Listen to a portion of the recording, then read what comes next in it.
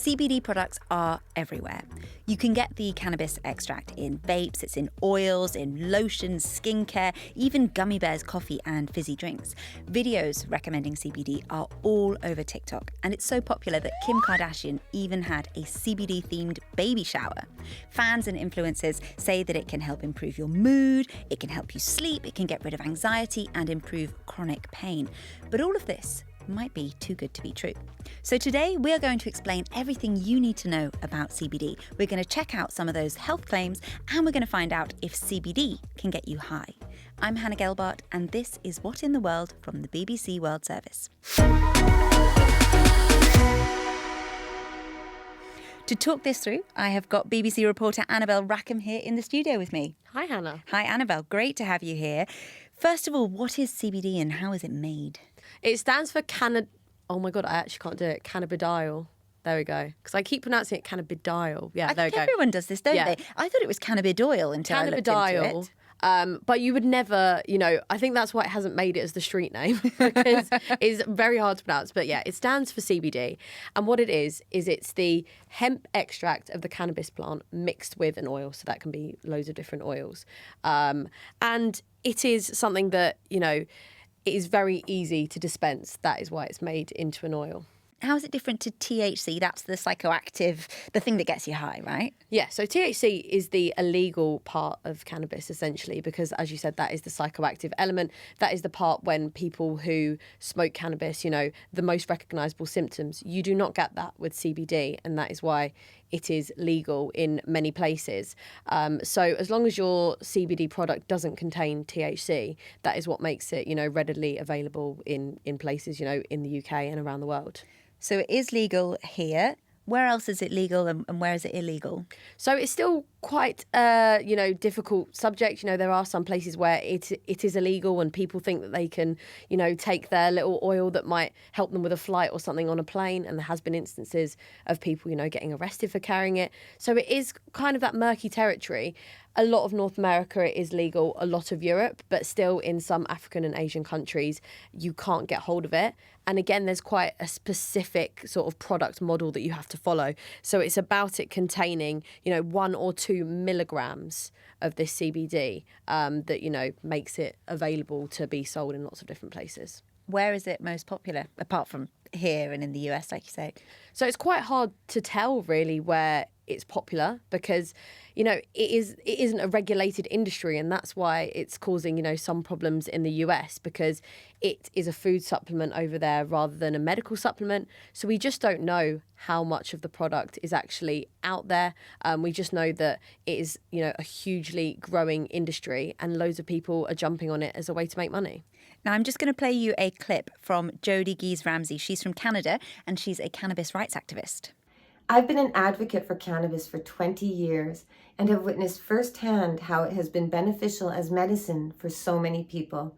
CBD in particular is one of the best cannabinoids for medical purposes. I've used it myself to help with sleeping and to reduce inflammation from working out and being stressed out. I also have friends and family members who use it themselves for medical purposes and just to help them get through a night of sleep.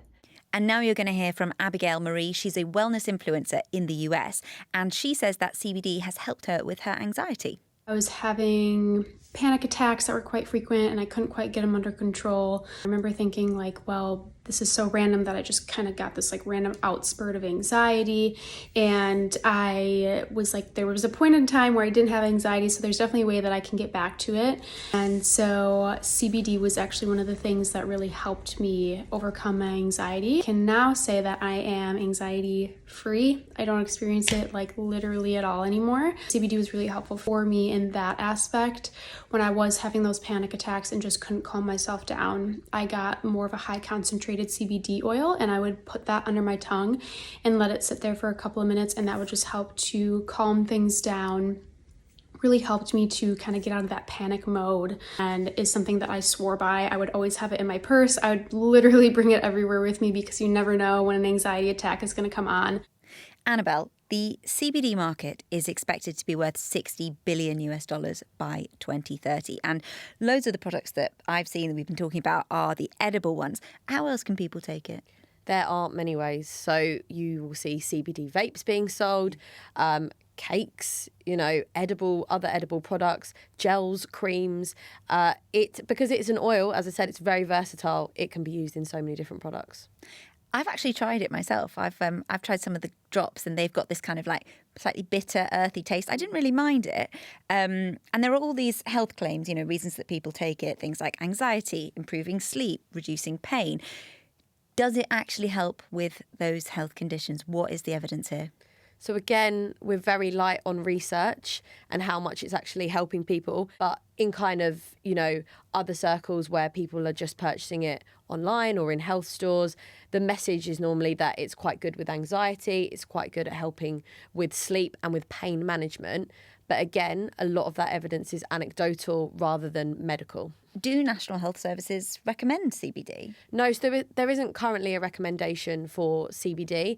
I think with a lot of things, again, where we talk about supplementing, it's on a kind of basis of if you find it helps you and it really improves your symptoms, then go for it. But there's never going to be, at the moment, a recommendation of taking CBD in place of traditional medicine. So you're not exactly going to go and get a prescription from your GP? No.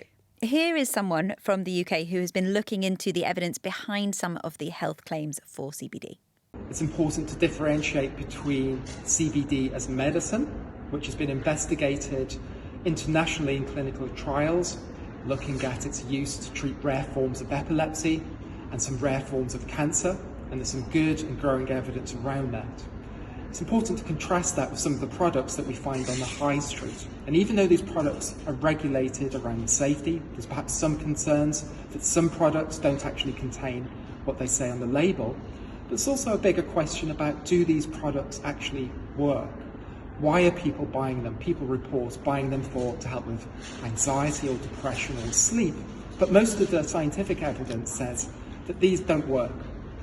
And we need to ask ourselves, well, why are these products still being marketed in the absence of this evidence? And Harry also says that many of the CBD products available on the high street contain so little CBD that you would need to consume vast quantities to even approach some of the doses that are administered in clinical trials.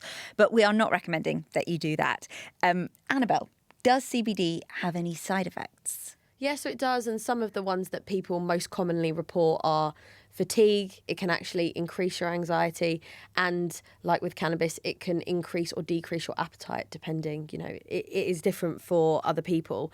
But again, because it's not a massively regulated industry, we don't know the full extent of the side effects. And as you just said there, people are taking it in all different doses. If you do go into a health food shop or a holistic shop where you can go and buy these products, there's a vast difference in the milligrams of CBD that is featured in each of these products. So you can have a hugely different experience depending on what you use. And some studies have said that it could actually be potentially harmful if people consume a lot of CBD over a long period. It could lead to things like liver damage or thyroid issues. Annabelle, is it addictive? It shouldn't be addictive, no. If you're buying a licensed CBD product, it shouldn't contain any THC or any other additives that could be addictive. But there is obviously the problem with people, becoming reliant on it, and you can become reliant on many different things if you think that they're helping you and improving the quality of your life. So we know the World Health Organization doesn't recommend CBD for medicinal use. What else does it say about it? So they say it's generally safe, but they do also say that it shouldn't cause any addiction problems. But their guidance is something that was written in 2017 and it hasn't been updated yet. And if you think about how many more CBD products have come onto the market and how many more people are using them now, it would be interesting to know, whether any additions are going to be made to that in the future to determine whether there are any other side effects of CBD or potential problems that we don't currently know about. So what I'm hearing from you is there is very little evidence, and yet it is so popular. It's everywhere. Yeah, because when I thought about doing this chat with you. I was like, let's see what the medical research is saying. And there just really wasn't that much out there for me to have a look at. But there is currently a study going on at the University of Oxford. They've got 1,000 people around the world. So they've got people in Europe and North America. And they're looking at to see if CBD could be used to treat psychosis or psychotic episodes with CBD. So that's really interesting. And it will probably take quite a few years. So it's one to watch, in the next few years. But for now, there isn't, a huge amount of knowledge out there. So the big question, can CBD, like oils or gummies, could that get you high? No, it should actually have the adverse effect where it makes you feel quite mellow rather than high. But yeah, as I said, if you're buying a product that is purely CBD from a trusted seller, then there won't be anything that will make you high in that product. Annabelle, thanks so much for joining us on the podcast. It's been great having you. Thank you very much. And before I go, I just want to tell you about some of the other stories that we have covered on What in the World. We recently did an episode on Mu Deng. You might have heard of her. She is a baby pygmy hippo in Thailand, and she has become a viral sensation. We also did an episode called How Do You Get a Star on the Hollywood Walk of Fame, and you can search for them right here on YouTube. That is it for today's episode. Thank you so much for joining us for What in the World from the BBC World Service. I'm Hannah Gelbart, and we'll be back with another one soon. See you then.